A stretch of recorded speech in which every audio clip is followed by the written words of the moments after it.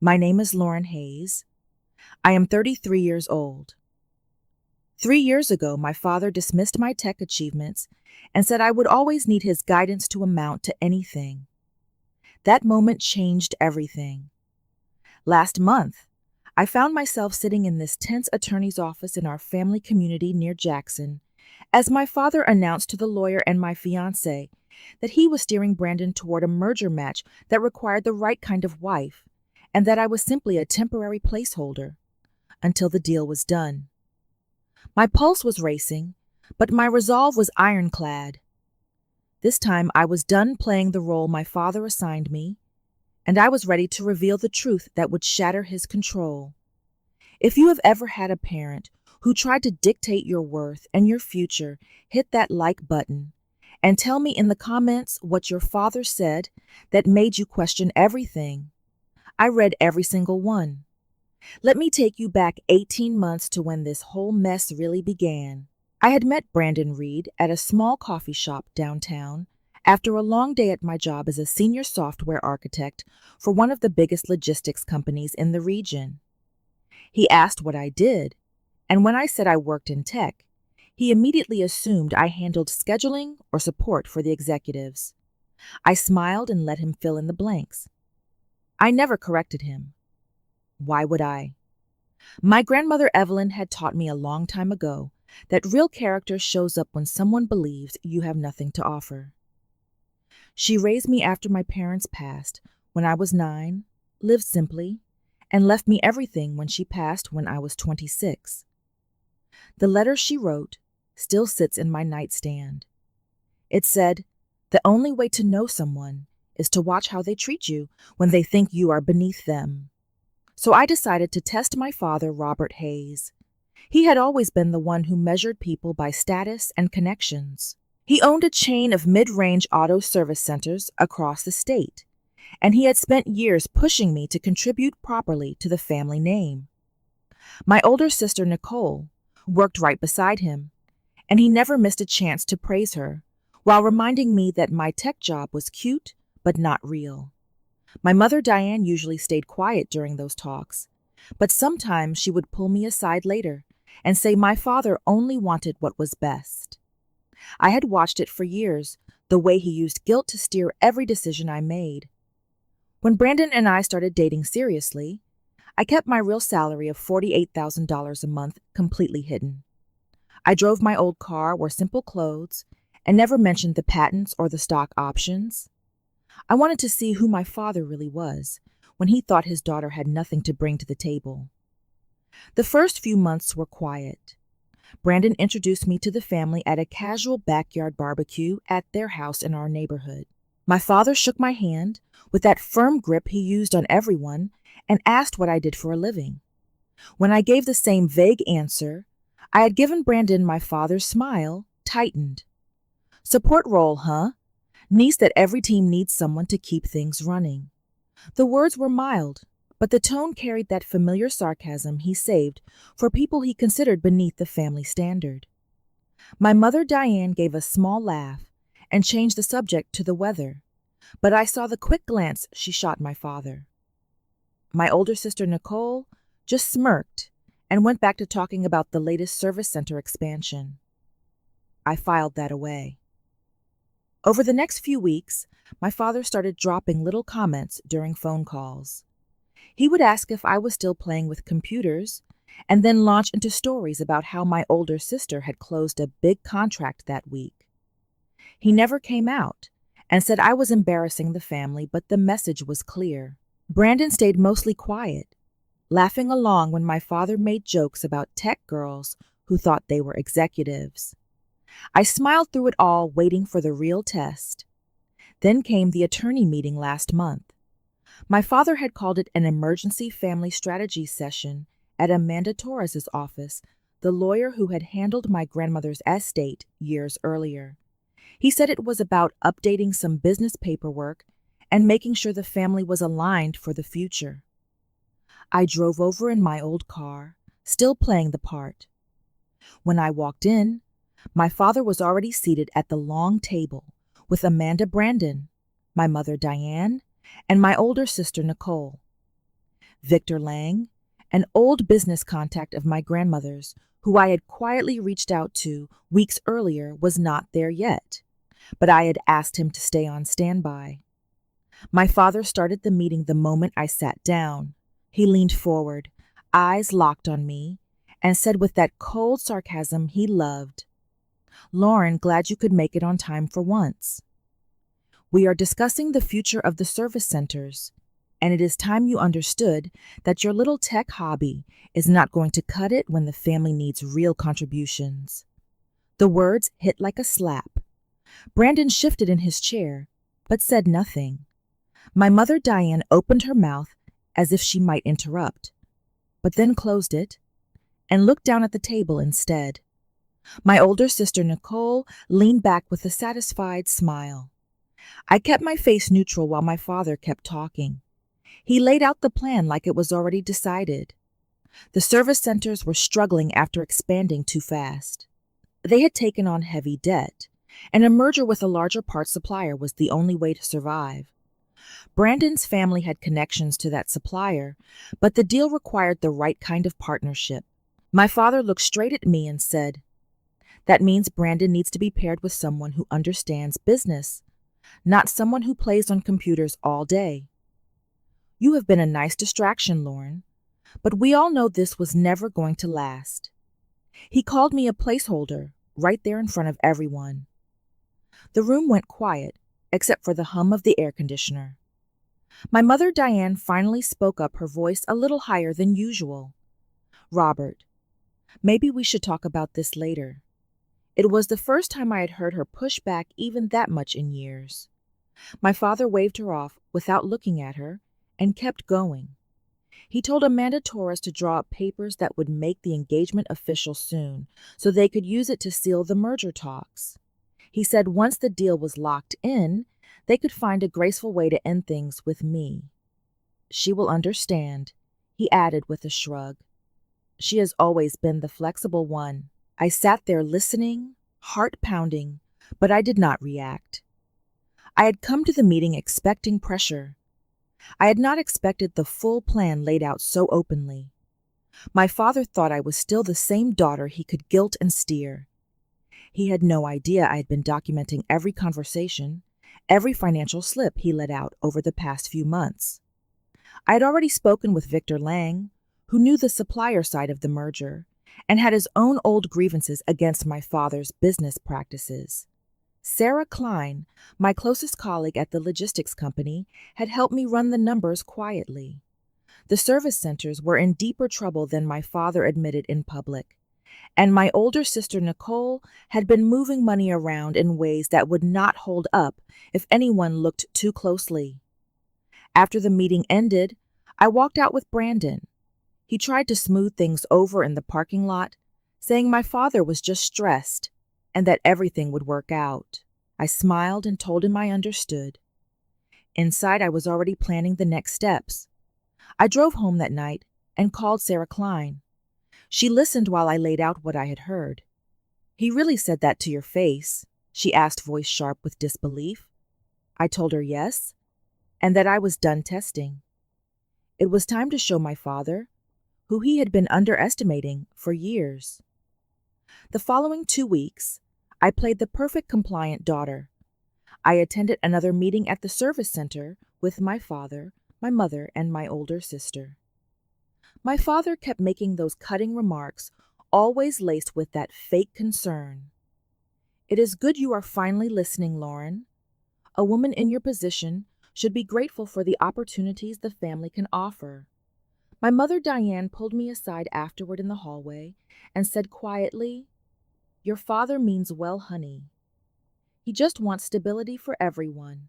It was her usual way of softening his blows, but this time I saw the flicker of doubt in her eyes when I told her I was fine. She did not argue further. I used those weeks to build the file. Victor Lang met me in secret at a small park on the edge of town. He brought records showing how my father had cut corners on supplier contracts in the past. Derek Mills, one of the supplier contacts, had already confirmed the merger was hanging by a thread. I added my own research on the service center's debt, which now totaled well over $2 million after the rapid expansion. My older sister Nicole's side dealings were harder to prove, but Sarah Klein helped me trace several suspicious vendor payments that added up to hundreds of thousands of dollars funneled into personal accounts. The night before the big family announcement gathering my father had scheduled at the community center, I sat with Brandon one last time. I asked him straight out if there was anything he wanted to tell me about the merger. He looked me in the eye and said, "No, everything was fine," and he could not wait for our future.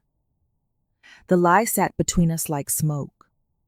I nodded and smiled, but inside the last piece of doubt vanished. My father had coerced him the same way he had always tried to coerce me.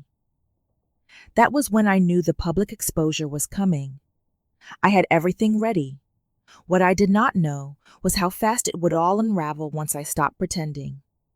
The morning after that attorney meeting, I woke up with my stomach still in knots, but I forced myself into my usual routine. I made coffee in my small kitchen, checked a few work emails from the logistics company, and reminded myself that my father had just handed me the final piece of proof I needed. He had said it out loud in front of witnesses. I was the placeholder. Brandon was the tool for the merger. And my tech career was nothing more than a cute little hobby in his eyes. I spent the next few days quietly finalizing the file with Sarah Klein during our lunch breaks at the office. She was furious on my behalf and kept saying she could not believe a father would speak to his own daughter that way. Victor Lang texted me updates from his end, confirming that the supplier was getting cold feet about the whole deal because of some rumors about financial irregularities at the service centers. 2 days later, my father called me while I was driving home from work. His voice came through the speaker, sharp and commanding. "Lauren, listen up. We are moving the family announcement gathering to the Saturday at the community center instead of waiting. I expect you to be there on time, dressed appropriately, and ready to smile for the photos. Brandon's family contacts will be watching, and I will not have you embarrassing us with that same vague tech talk you always give." There it was again, that cold sarcasm dripping from every word, like my entire career was some childish game I needed to outgrow. He did not even ask how I was doing or what my week had been like. He just issued orders and assumed I would fall in line. I kept my voice steady and told him I would be there. When I hung up, I pulled over for a minute because my hands were shaking, but not from fear this time, from pure determination. My mother Diane called me later that same evening, her tone different than it had been in the attorney's office. Instead of the usual soft attempt to smooth things over, she sounded almost frustrated. "Lauren, your father is under a lot of pressure with the service centers right now." He did not mean to sound so harsh in the meeting, but you know how he is when he gets an idea in his head. It was the closest she had ever come to admitting he had gone too far, yet she still could not bring herself to call him out directly. She ended the call by saying she hoped I would make the right choice for the family. I thanked her and hung up, adding her words to the growing list of things I would never forget. The next afternoon, my older sister Nicole stopped by my apartment unannounced. She walked in like she owned the place, looked around at my modest furniture, and gave that same smirk I had seen 100 times. Dad told me about the gathering. "Try not to show up looking like you just rolled out of the office again. This is important for all of us." Before I could respond, she launched into a story about how she had just landed another big vendor contract and how my father had taken her out to celebrate. The implication was clear she was the one carrying the family forward while I was still playing pretend in tech. I listened without interrupting, but inside, I felt that familiar sting sharpen into something colder.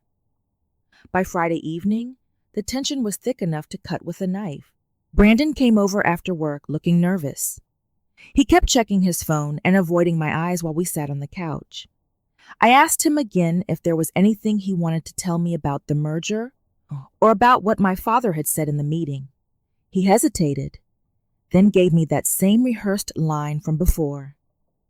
"Everything is fine, Lauren. Your dad just wants what is best for the business and for us." The way he said it made my skin crawl. I could see the guilt flickering across his face, but he still would not own up to it. That night, I barely slept running through every scenario for the gathering the next day. I had the folder ready, the screenshots from Sarah Klein, saved on a thumb drive, and Victor Lang on standby to join if things went south. Saturday arrived hot and humid. I chose my outfit carefully, not the designer pieces yet, but something simple and professional that still showed I was not the pushover my father thought I was.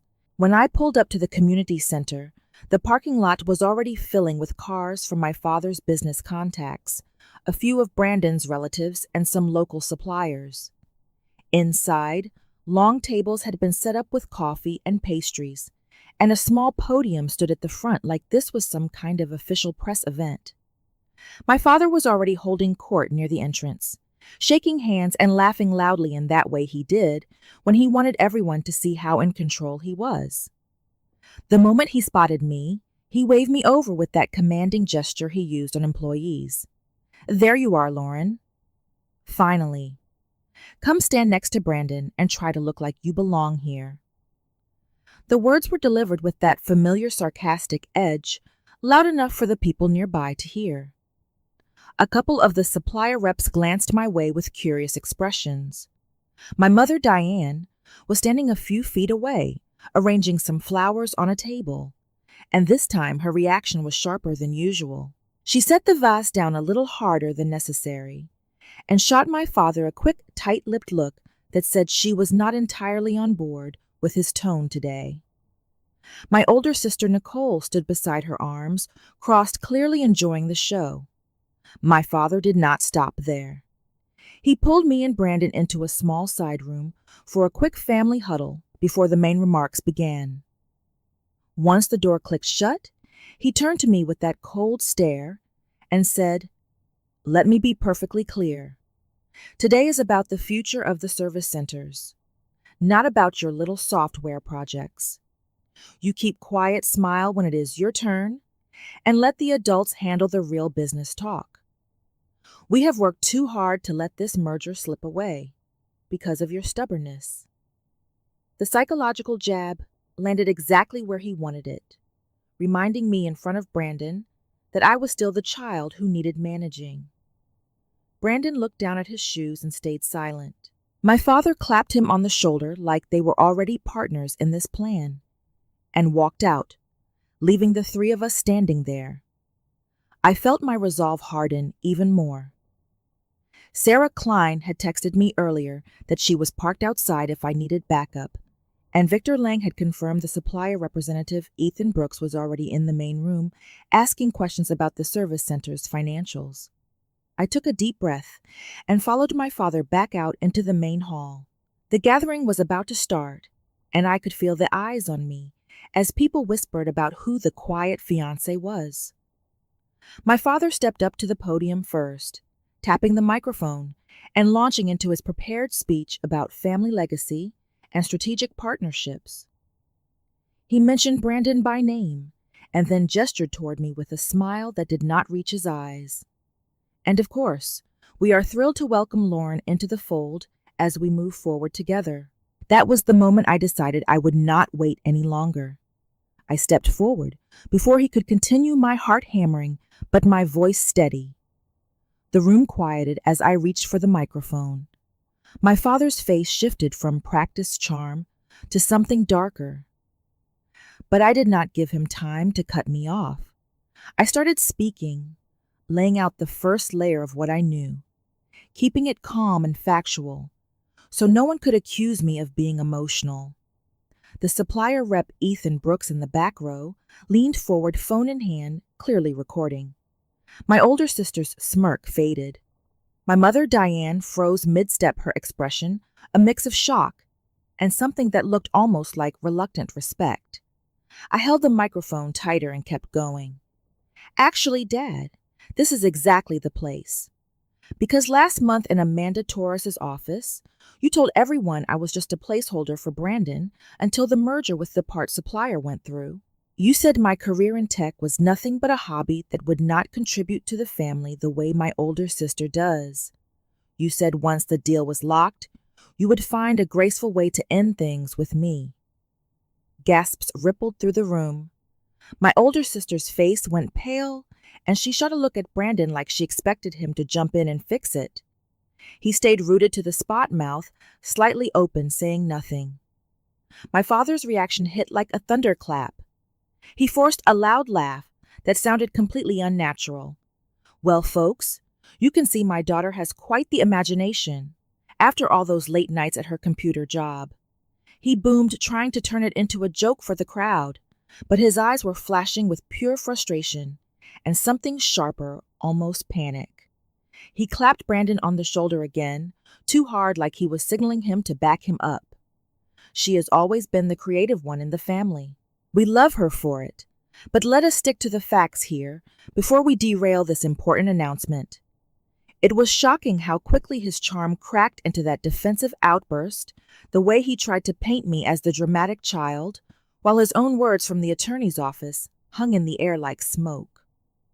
My mother stood up from her chair near the front row faster than I had ever seen her move during one of his speeches.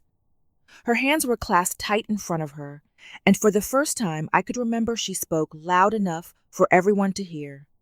"Robert, that is enough. Let her finish what she has to say." Her voice was not angry exactly, but it carried a quiet steel that cut through the tension like a knife. She did not look at me with pity or try to smooth it over with her usual soft excuses.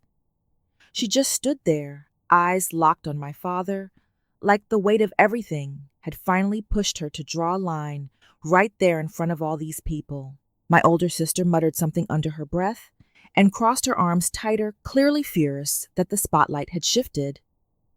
I did not give my father time to interrupt again. I pulled out the thumb drive Sarah Klein had helped me prepare and held it up. The facts are right here. The service centers have taken on more than $2 million in debt after the rapid expansion. The franchise agreements are at risk because of missed payments and some questionable vendor deals. And yes, the merger with the supplier was always the plan. But it required Brandon to settle down with someone who brought the right connections, not someone like me who you thought had nothing to offer. Ethan Brooks, the supplier rep, stood up slowly in the back.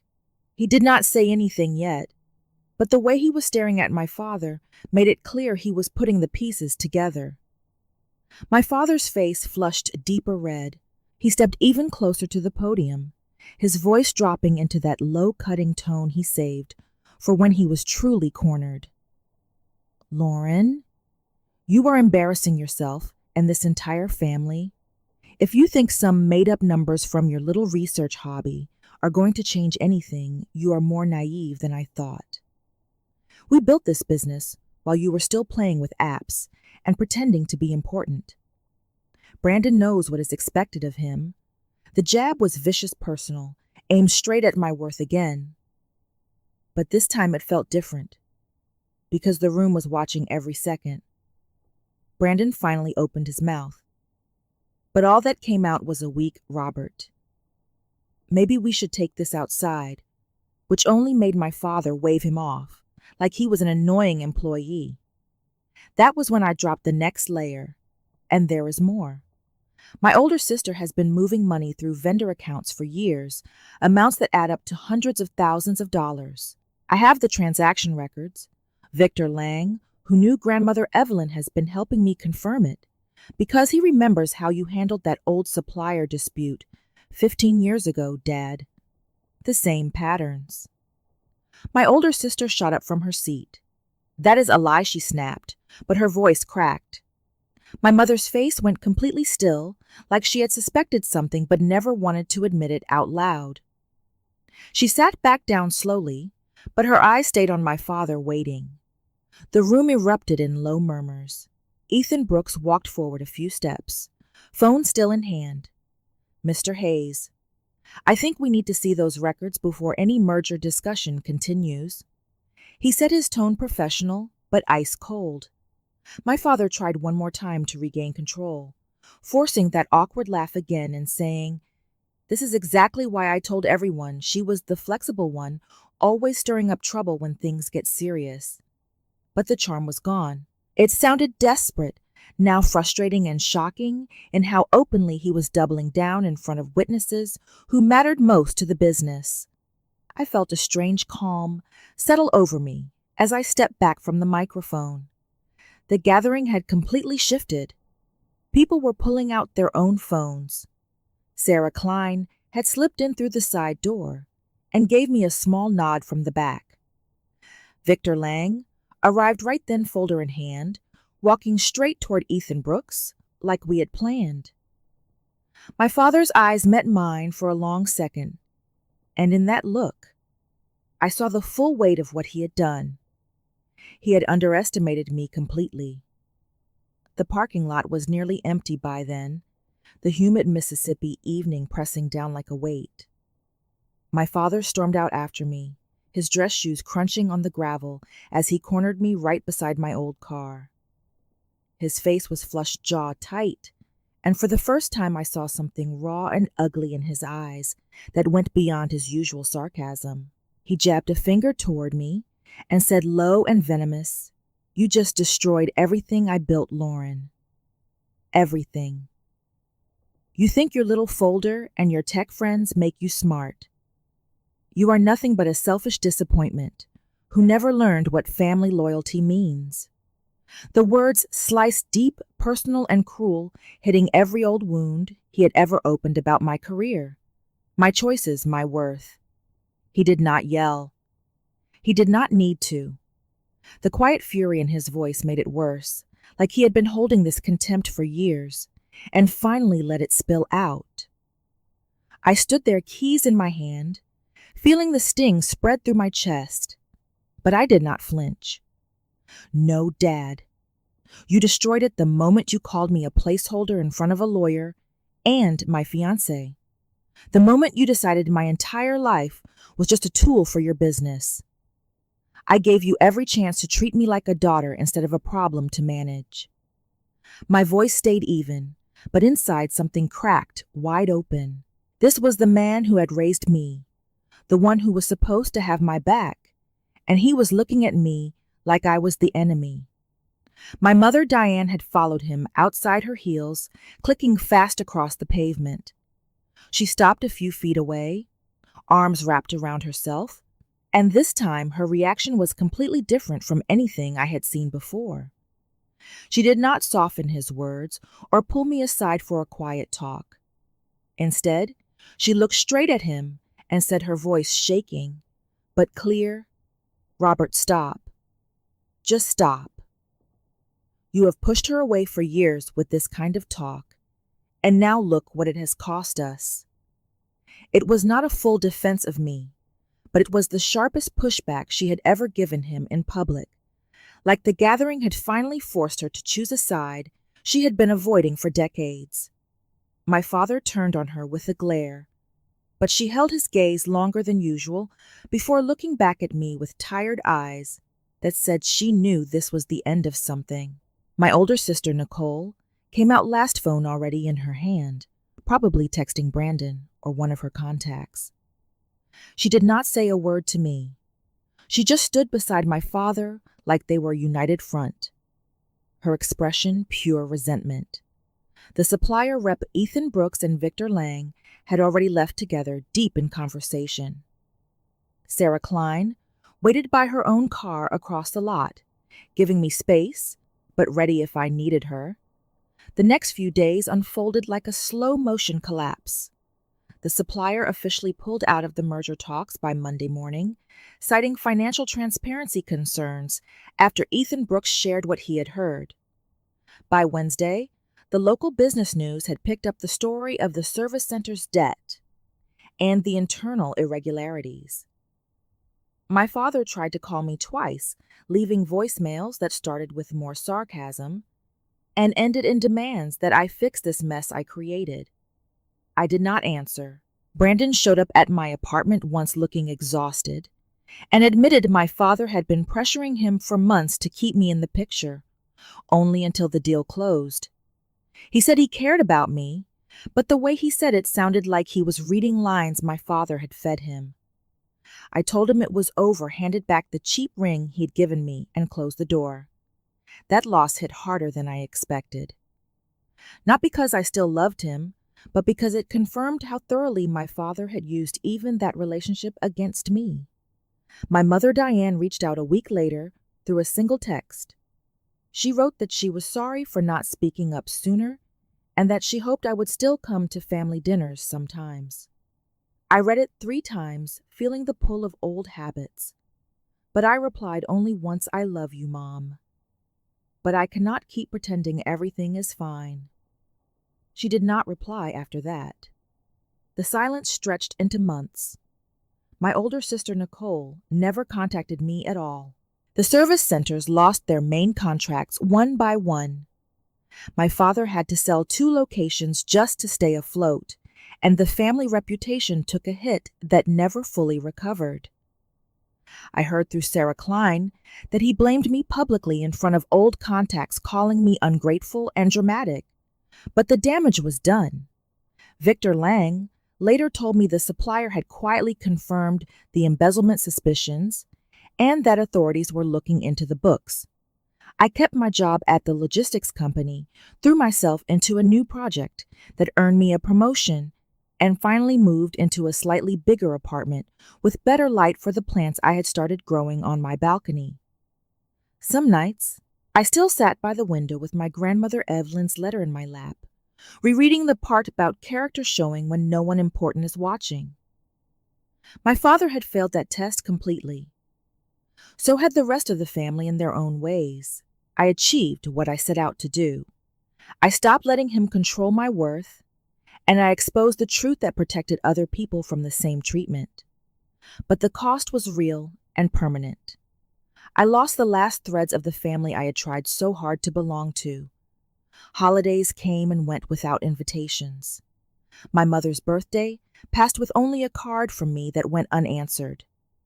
There were moments when the loneliness felt heavy, when I wondered if exposing everything had been worth the isolation.